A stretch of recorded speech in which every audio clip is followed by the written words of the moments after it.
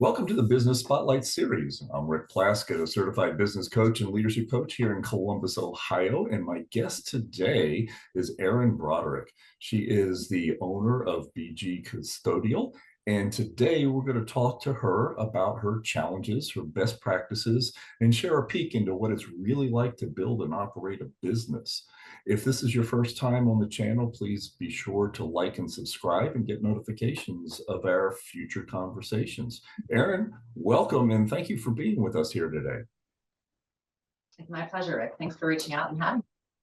Yeah, listen, you have a wonderful story, and if you would, just give a brief overview of your background, what brought you in, and tell us a little bit about what the company is and what your vision for it is in the future.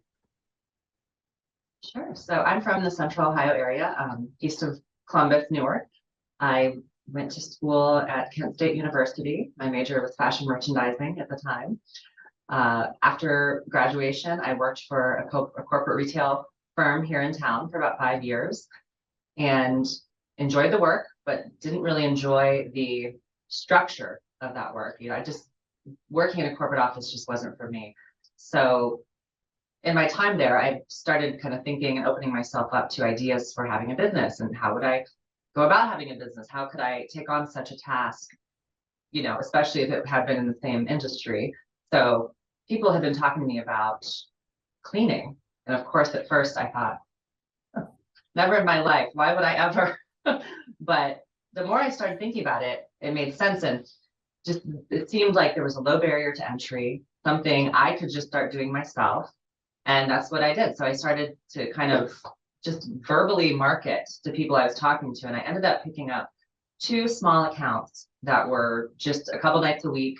I started to do them myself while I still had my corporate job.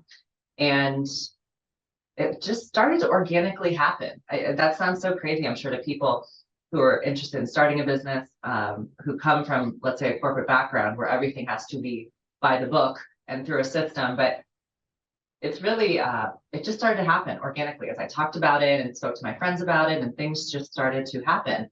So as that grew, I started to face a fork in the road. Like, do I really want to continue this or keep it as a side hustle, etc.? So I chose to go for it and quit my corporate job and got some larger accounts, at least for me at the time. And one thing led to another, started to really understand the business, started to understand how commercial real estate in Columbus works and how the vendor services work and what immense opportunity there was. So I just continued to learn, to talk to people, have a lot of lunches with people, and it just really started to organically grow. And in the last 3 years, we've grown exponentially, where I've been able to bring on operations managers, a business development manager, and now we are just night and day from where we were when I started this in 2017. So BG Custodial, we provide commercial cleaning services for commercial buildings, healthcare facilities, government facilities, industrial facilities, basically anything but residential. We try not to do much in the residential space, but we also do post-construction cleaning and floor care. So if you have a public building, a corporate office, commercial space of any type, we can work for it. Super, super. So to set the stage for the viewers, you said exponential growth. Ballpark figure, how many people do you have working for you in the company? And what is a range of your top line revenue? How big is the company? So we are, in 2023, we hit $1.2 million for our top line revenue. We maintained that and got just a little bit above that last year to $1.25 million. And then this year we're looking to do about 1.4 as of today. So we had a little bit of a tumultuous year last year. So I'm grateful that we maintained what we did in 2023, and we're looking forward to continued growth this year. And to answer your question, on our employee base, we have around 35 people, and that fluctuates based on part-timers coming and going. Typically, our payroll is between 30 and 35 people. Wow. Okay. So that is big growth in that short period of time. So what is your role today? You said you started out doing the cleaning, and now you're the owner and head of 30 to 35 people. How would you describe your role today? Overall, general manager of the entire operation. I oversee all the departments, but thankfully, I have two operations managers, so they report to me and they handle all the field team members. And then in operations, or excuse me, in business development, I oversee my business development manager and all the other hats that an entrepreneur wears, as far as HR and payroll and finance. And the financial part of it has become more and more important and crucial because that is something only I can do and make decisions on as of right now. So the last 2 years, I really felt that responsibility grow, and just the understanding that I'm the only one that can answer those questions to my senior team, and that's become a big part of what I do on the day-to-day. Okay. Now, on the day-to-day, let's break that down. Just a ballpark figure, percentage-wise. How much of your time do you think you're absolutely focused on operations on the business versus, or in the business versus looking to the future, your strategy, your planning, your goal setting of working on the business? Sure. I'd say, thankfully, my operations guys are fantastic. So I would only give it about 15 to 20% of my day where I'm on calls with them or helping them work through issues.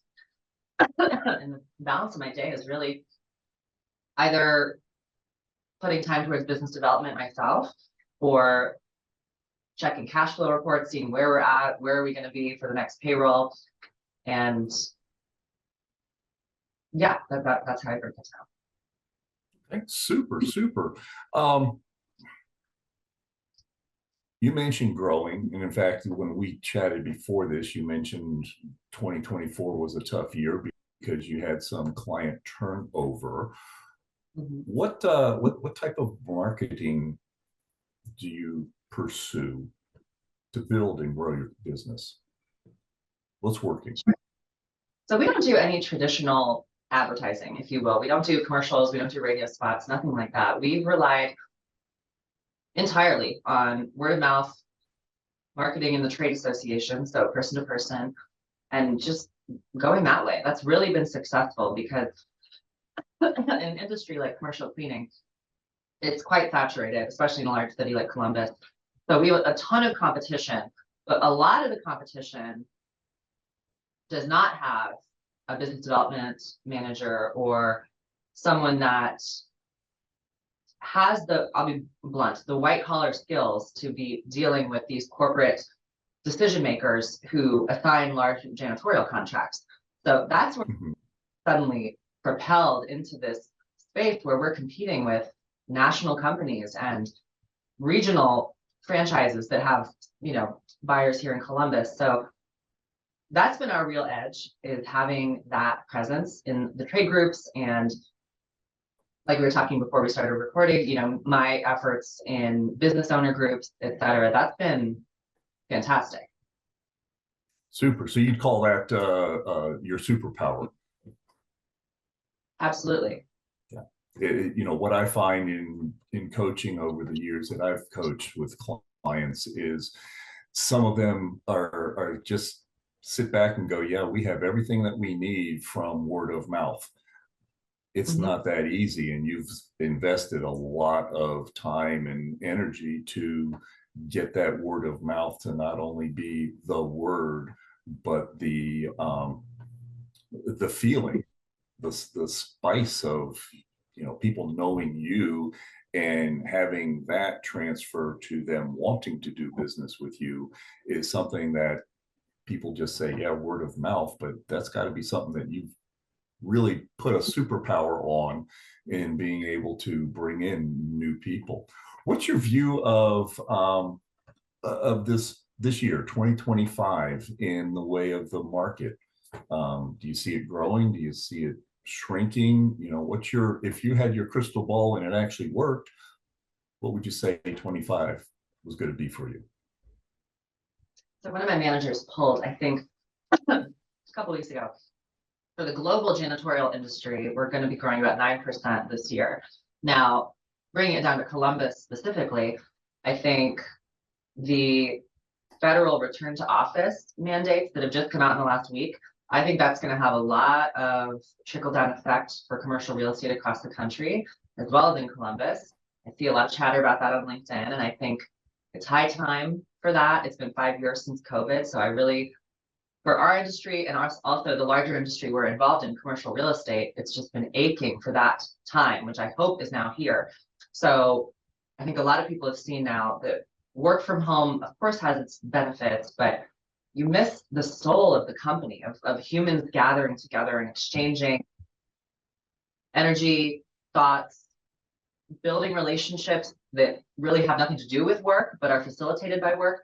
So I see a really bright horizon for this year. I think there's going to be a lot of movement. I know Columbus obviously is growing with the Intel project and the recent drone manufacturing facility that was just announced. So I'm really excited for this year. I know I feel, to bring it down more internally for BG Custodial, I think my senior team, they all went through last year with me and stuck by me. And we all have learned some pretty valuable lessons, I think, as far as endurance, tenacity, keeping at it when you see the vision for what we're doing here. And I think that's just helped us all strengthen so much to just keep our minds sharp and focused and future focused. Super, super. Now, with that type of shift, you mentioned you and your team. When you and your team look at setting your goals, where you want to go, a goal is an aspiration. And if you know how to get there, we simply put it on the to-do list and get it done. There needs to be some sort of growth, a little bit of unknown in order for a goal to be really enticing and motivating. But what's your approach to goal setting? How many do you set for the company, and kind of what's your time frame for those? So last year we worked with a business consultant who helped us with EOS implementation. So we didn't fully do a full dive into EOS, but we did take a lot of those practices as far as setting quarterly rocks, bringing out our big, hairy, audacious goal, a lot of those exercises as a group to help us think forward and not get too bogged down in the day-to-day, which is very easy in a company like this where it's just fire, you're putting out fires all day long. So the key word for this year for me and the team is proactivity, thinking ahead weekly, monthly, quarterly, and then annually. So as far as goal setting goes, we try to stick to the quarterly rock structure, and we do weekly touch bases of departmental touch bases where we review the weekly to-dos, how they go last week, where are we at with our KPIs. I found KPIs to be extremely valuable from week to week to help everybody have a clear framework of what am I doing now? What do I need to remember to get done despite all the fires that break out, especially in operations. That's a daily struggle, I'm sure, to manage all our team and keep the goals, moving forward. So KPIs, quarterly rocks have been very helpful. Super, super. You mentioned two, but you're missing the third one. And I know that you just didn't state it. When we think of the future, it's really important to address the topic of building a great team. And you've already said you have a great team that's stuck with you. So my question to you, Erin, is how would you describe your leadership style with that team?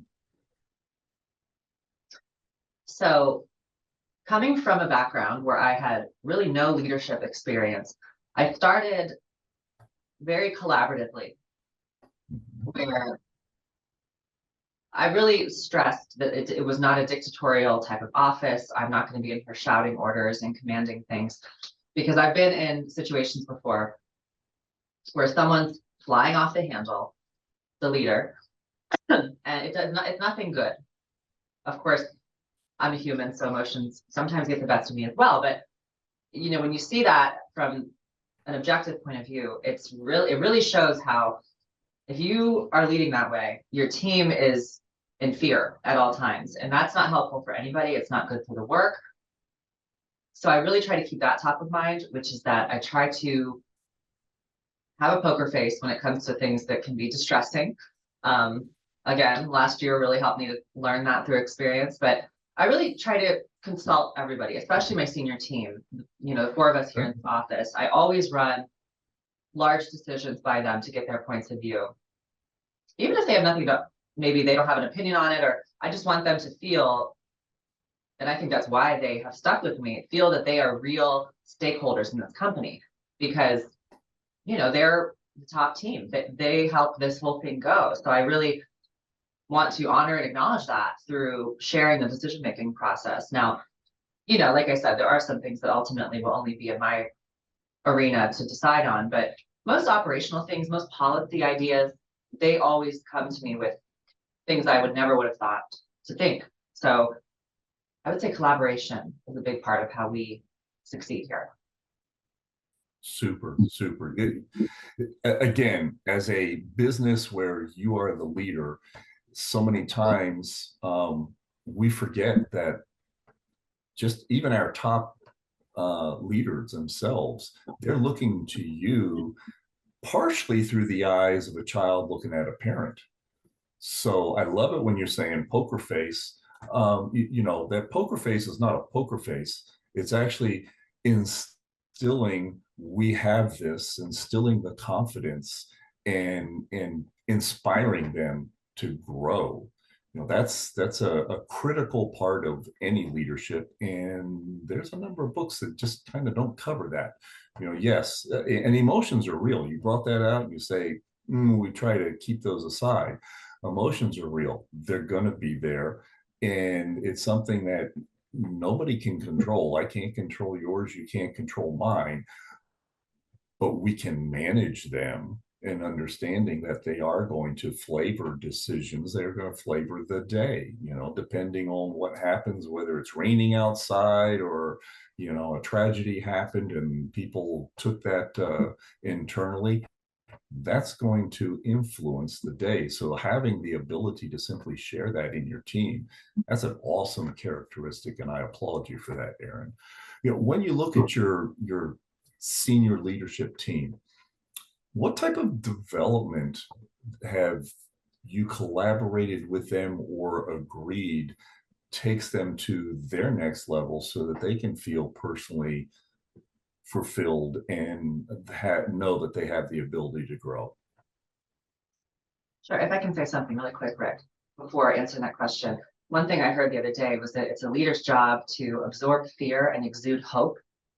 And that really stuck with me. I said, wow, that's powerful, because the fear absorption is something daily, you're dealing with as the owner of a business, because there's new things you're learning every day that you might be doing wrong or right. And, there's no handbook that you're given when you start a company. So there is that fear element. This sounds so dramatic, but that is like an underlying current that I think most business owners can relate to, that, am I messing this up? Am I forgetting about something that is really important that someone may find later? Or, there's all sorts of things. So exuding that hope, that's something I've really taken on board to try to always have showing when I'm around my senior team. To answer your question about their development, this has been a tricky one for us, right? If I'm being 100% honest, because to take the time to do development, especially let's say with the operations managers, their work is all the time. Like really, as long as we have people in buildings, they have to be available and on call. So we found some real obstacles in trying to get certain courses done.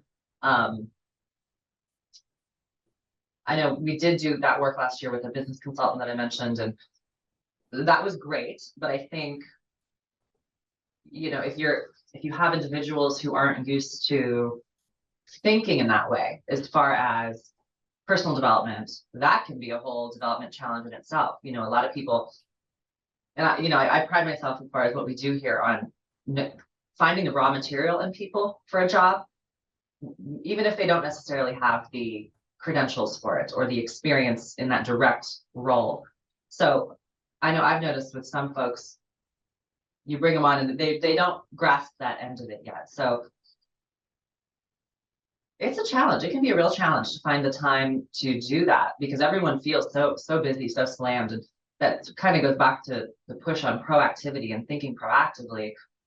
What do they see value in as far as spending the time in their development? Because I can see it, of course, as an objective observer, but I really want them to see the value of this, because the last thing you want the team to feel is, oh, now I have to sit in this 3-hour training. This has nothing to do with me, blah, blah, blah, blah, blah. Because then that can be counterproductive. So that's If I, go ahead. I was going to say, if I could share with you the challenge that you have very clearly defined, and you're not alone, Erin. There's a lot of business owners that look at that the same as you do. And when you take your leadership and you put them all into one conference room for an hour, and then you add up their salaries, all of a sudden that training is pretty hefty investment. I would offer up to you that when you look at that from an investment of, you are investing in your own future, in the company's future, and in their future, what is it that could help you out? And so I challenge the mindset of development. Yes, it's expensive to pull them together. It's difficult to pull them together when they're out in the field. And yet, how could you do that? And how could you be creative and not necessarily, when I say pull everybody together into a conference room, that's looking at the opportunity from a boomer's set of eyes. And yet there's so much technology today that you can do this in so many different ways. But adopting a mindset of investing in your people, investing in their future. And you mentioned, yeah, it's got a bad stigma of, we're going to get together, we're going to do team development, we're going to have fun, and 1 out of 2 isn't bad. I would challenge you to consider the mindset of development should come from maybe character or chemistry of the team, not necessarily capability. Capability is something that people can do watching a YouTube video. There's so many things that I have fixed around the house simply by watching a YouTube video of how to do it. That's the capability. But when you bring your team together and you've got a team that has stuck together through thick and thin, that development opportunity may be in helping them to develop to the next level of critical thinking, or how do they place value, and then simply working together as a team. You mentioned the chemistry that's missing when people are working remote, and as they come back together, I promise you that when you look at your team together, 1 + 1 is probably going to equal 5 or 6, not 2. And so focus on those opportunities from a development area, and you're going to reap huge returns in that area. I'm sorry, I'm off my preaching box, my coaching box right now. I think you've got a lot of good opportunity there, and you have definitely shared some wonderful things. If there was one area that you'd like to focus in on with training or building your current business, what would that area be?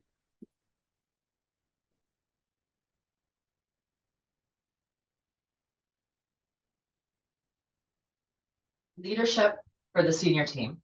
1, Okay. no business grows unless you're creating leaders. That is 100% true. I can't do everything myself. No one could. So you have to have leadership capabilities in the leaders, the management team, excuse me. And I would just say that proactivity piece, if the organization of one's priorities, tasks, what has to be done this week, what can be done next week, that sounds so basic, but it's very essential to operate efficiently.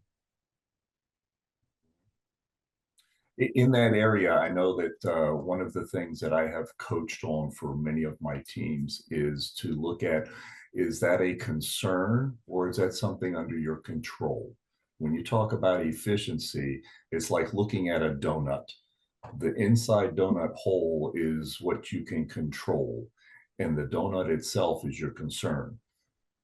I can be concerned that it's raining and I can go, oh no, I just washed the car, or no, I don't have my umbrella with me today. And I can waste an awful lot of energy there. It's like eating that donut. You put on the extra weight. It's not something that we want to do. But if I focus on that donut, control the whole and say, okay, it's raining. I need to stop and get another umbrella, and then everything will be good because that's all I can control. I can't change Mother Nature. So, imagine inefficiency, asking your team, what's under their control and what is in their concern. And let's focus on the control. And That's great. it's very difficult with the cell phone, the computer, the internet, the media. All of those feeds bring in, just here recently with the accident on the Potomac River, it's on 24/7, and it can just suck you in and consume energy before you even realize it. So, well, listen, Erin, we have certainly covered an awful lot of ground today in our conversation. And for those of you watching, I highly encourage you to save this and come back. She has shared a whole lot of great nuggets about the information and about working with her team. And I love some of her visions of what a leader does. So as we wrap up, I'd like to hit a section here, Erin, that I call rapid fire questions. This is something I just want short, quick answers, top of your mind. Are you ready for it? You strapped in? I'm ready. Let's go. Super. Let's go. Erin, what would you consider your key to success is? Curiosity and humility. Super. What's one piece of advice that you would give to another business owner? Or even better yet, what's one piece of advice that you would give to your younger self looking in the mirror? Get over yourself. Don't think that you're the only one that can do things right. That the sooner you start building a team, the faster you're going to go. I know I got caught in paralysis analysis. I still fight with that. It's just a personality trait of mine. You don't want to mess up, but when you mess up is when you learn the most. So get people on your team. Think about how to pitch your vision to other people if you want a true business that's, if that's what you're looking for. If you want a big business, you have to have other people involved that are seeing the vision you do. I love that little note that you said, analysis paralysis. Military background, I went to West Point, and then I led soldiers. And there was two different concepts of going to the rifle range. You could go ready, aim, fire, or ready, fire, aim. And I promise you, the few times when we really had to do things, it was ready, fire, aim. And the whole purpose of that was you could see where the first one hit and you could adjust. And Erin, I'll tell you, I've taken a number of my clients to the pistol range just to bring that exercise around, because you could sit there for hours, and the longer that you analysis by paralysis, it just doesn't, you don't get any results. But the first time you put something down there, you now say, hey, there it is. I need to do this. And we can adjust. I love it. Erin, what's a book that you're reading right now that you find interesting? The Changing World Order by Ray Dalio talks about how nations rise and fall, the cyclical nature of economies, how they go up and down, but they always, it's the same across the world, which I think is fascinating. There's a lot of themes in that I think apply to business and life. Super. Hey, before I get to the final question, Erin, how can people get in touch with you if they're interested in what you've shared with us today, or they're interested in becoming your next customer? Absolutely. Of course, you can always reach us on LinkedIn, Erin Broderick, BG Custodial, which I have a page for me, page for the company. Our website's www.bgcustodial.com, or you can always reach out to us via phone and email. That's all on the website. Super, super, super. So here's the last question, Erin. What do you find inspiring to you?